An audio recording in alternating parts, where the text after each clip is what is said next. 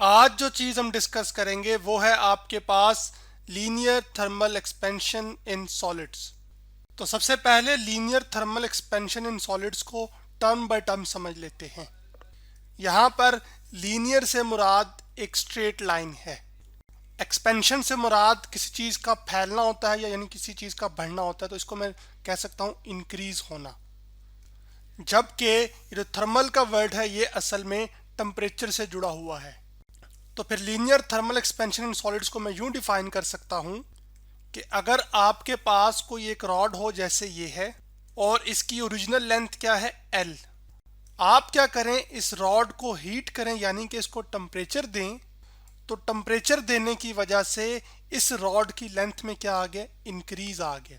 अब क्योंकि ये रॉड एक सॉलिड है तो इस वजह से जब आपने इस रॉड को टेम्परेचर दिया और टेम्परेचर देने की वजह से इतना सा लेंथ में क्या आ गया, इंक्रीज आ गया है। तो इसी चीज़ को हम क्या कहते हैं, linear thermal expansion in solids. So इसको मैं यूं भी बयान कर सकता हूं, linear thermal expansion is the increase in the length of the solid when its temperature is increased. यानी कि टेम्परेचर बढ़ाने से आपके पास ये जो रॉड है इसकी लेंथ में क्या आ जाए, इंक्रीज आ जाए। तो इसको हम क्या कहते हैं कि लीनियर थर्मल एक्सपेंशन। अब हम ये मानते हैं कि अगर ओरिजिनल लेंथ इस रॉड की ये है, आपने क्या किया कि टेम्परेचर जब दिया तो टेम्परेचर देने की वजह से इसकी लेंथ में चेंज आया, इंक्रीज आया।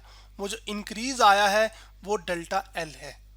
तो डेल्टा एल को मैं यूं भी लिख सकता हूं, इंक्रीज इन लेंथ, कि ये इतना सा लेंथ में बढ़ाव आया है। जबकि ये जो कंडक्टर है या सॉरी कहें रॉड है, इसकी जो ओरिजिनल लेंथ है वो कैपिटल एल है। अब जब आपने इसको टेम्परेचर दिया तो जब टेम्परेचर दिया तो लेंथ में इंक्रीज आया, तो अब लेंथ एल नहीं रही बल्कि अब एक नई लेंथ बन गई है जिसको मैं नाम दे रहा हूं एल नॉट का। ये जो एल नॉट है बेसिकली इसमें ये एल भी शामिल है यहां तक पोर्शन और प्लस ये डेल्टा एल। तो फिर मैं यूं लिख सकता हूं कि एल नॉट बेसिकली आपके पास इक्वल है किसके, ओरिजिनल लेंथ एल प्लस जो लंबाई में इंक्रीज आया जो कि है डेल्टा एल। अब ये एल इधर प्लस और उधर जाके क्या हो जाएगा माइनस, तो एल नॉट माइनस एल आ जाएगा आपके पास equal to delta L. Delta L क्या है, वो इंक्रीज इन लेंथ है जो आया है इस रॉड की लेंथ में। अब जब आपके पास इस रॉड की लेंथ L थी तो उस वक्त हम ये मानते हैं कि जो टेम्परेचर था वो कैपिटल T था। फिर आपने क्या किया, टेम्परेचर को इंक्रीज किया और जो टेम्परेचर इंक्रीज किया वो इंक्रीज टेम्परेचर हम लेबल कर रहे हैं T नॉट से। तो जब टेम्परेचर T नॉट हुआ तो आपके पास लेंथ जो है वो L नॉट होगी, और जब टेम्परेचर आपके पास T था तो उस रॉड की लेंथ L थी। अब एक्सपेरिमेंटली ये ऑब्जर्व किया गया कि जो लेंथ में इंक्रीज आया है रॉड की वो डायरेक्टली प्रोपोर्शनल है किसके, ओरिजिनल लेंथ के। तो इसको मैं यूं लिख सकता हूं, increase in length is directly proportional to original length. अब ये जो इंक्रीज इन लेंथ है वो किससे रिप्रेजेंट कर रहे हैं हम, डेल्टा एल से। तो यानी कि जो डेल्टा एल है आपके पास, डेल्टा एल जो है वो डायरेक्टली प्रोपोर्शनल है किसके, आपके पास ओरिजिनल लेंथ के। ओरिजिनल लेंथ को हम किससे लेबल कर रहे हैं, कैपिटल एल के साथ। तो मैं यहाँ पर एल डाल दूंगा। तो यानी कि जितनी ओरिजिनल लेंथ ज़्यादा होगी उतना ही जो लेंथ में इंक्रीज आएगा वो भी ज़्यादा होगा। जितनी ओरिजिनल लेंथ कम होगी उतना ही जो इंक्रीज आएगा वो भी फिर लेंथ में कम होगा। अब इनिशियल जो टेम्परेचर था वो T था और बाद में जो टेम्परेचर आपने चेंज किया तो वो T नॉट बन गया। इसका मतलब है जो चेंज इन टेम्परेचर है जिसको मैं लिख सकता हूँ डेल्टा T, वो असल में इक्वल है आपके पास T नॉट माइनस T के, क्योंकि T नॉट फाइनल टेम्परेचर है जबकि T इनिशियल टेम्परेचर है। जो दूसरी चीज़ ऑब्जर्व की गई एक्सपेरिमेंट्स में वो ये ऑब्जर्व की गई कि increase in length is directly proportional to change in temperature. यानी कि जो लेंथ में इंक्रीज आ रहा है जिसको हम डेल्टा एल से लेबल कर रहे हैं वो डायरेक्टली प्रोपोर्शनल है आपके पास डेल्टा टी के, जो कि चेंज इन टेम्परेचर है। जितना चेंज इन टेम्परेचर ज़्यादा होगा उतना ही जो लेंथ में इंक्रीज आया होगा वो ज़्यादा होगा, और जितना टेम्परेचर में चेंज कम होगा उतना लेंथ में भी जो चेंज आया होगा या इंक्रीज आया होगा वो भी फिर कम होगा। इस इक्वेशन को आप 2 का नाम दे दें, जबकि इस इक्वेशन को आप 1 का नाम दे दें, और इन दोनों को आपने क्या कर लेना है, कंबाइन कर लेना, इक्वेशन 1 और इक्वेशन 2 को।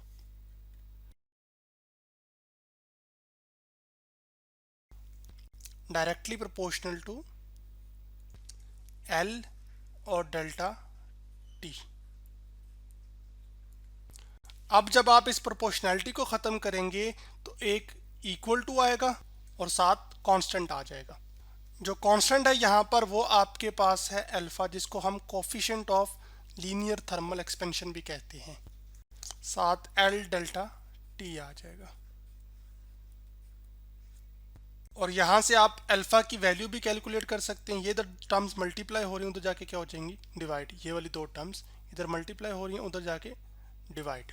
तो आपके पास आ जाएगा delta L divide by L और delta T equal to coefficient of linear thermal expansion. अभी जो coefficient of linear thermal expansion है, ये असल में आपके पास एक मटेरियल की प्रॉपर्टी है that is indicative of the extent to which a material expands upon heating. यानी कि ये उस मटेरियल की खासियत है कि वो हीट करने पर कितना एक्सपैंड होगा। तो जो डिफरेंट सब्सटेंसेस होंगी आपके पास, सेम टेम्परेचर देने पर उनकी जो एक्सपेंशन होगी ना, यानी जिनकी लेंथ में इंक्रीज आएगा, वो मुख्तलिफ होगा। और वो डिपेंड करेगा आपके पास मटेरियल की प्रॉपर्टी के ऊपर कि मटेरियल कैसा है। आप coefficient of linear thermal expansion को यूं भी डिफाइन कर सकते हैं, फ्रैक्शनल इंक्रीज इन लेंथ पर केल्विन राइज इन टेम्परेचर। यानी कि अगर आपके पास 1 केल्विन टेम्परेचर चेंज हो यानी बढ़े, तो उसके लिहाज से ये जो टर्म है असल में इसको फ्रैक्शनल लेंथ कह रहा है वो। तो इस फ्रैक्शनल में कितना इंक्रीज आया होगा 1 केल्विन के अंदर टेम्परेचर जब अगर आप बढ़ाएंगे, इसी को हम क्या कहते हैं, coefficient of linear thermal expansion. ये जो डेल्टा एल बाई एल है ना, इसी को हम फ्रैक्शनल इंक्रीज इन लेंथ कह रहे हैं। जितनी ये रेशो बड़ी होगी, फ्रैक्शनल इंक्रीज इन लेंथ ज़्यादा होगी पर केल्विन राइज इन टेम्परेचर, उतना आपके पास coefficient of linear thermal expansion बड़ा होगा। और जितना ये आपके पास फ्रैक्शनल इंक्रीज इन लेंथ की वैल्यू छोटी होगी, असल में आपके पास उतना coefficient of linear thermal expansion छोटा होगा। अब चलें एक और फॉर्म हासिल कर लेते हैं यहाँ से। आप इस इक्वेशन को इक्वेशन नंबर 3 माने। डेल्टा एल जो था वो आपके पास इक्वल था एल नॉट माइनस एल के। तो ये इक्वल आ जाएगा आपके पास अल्फा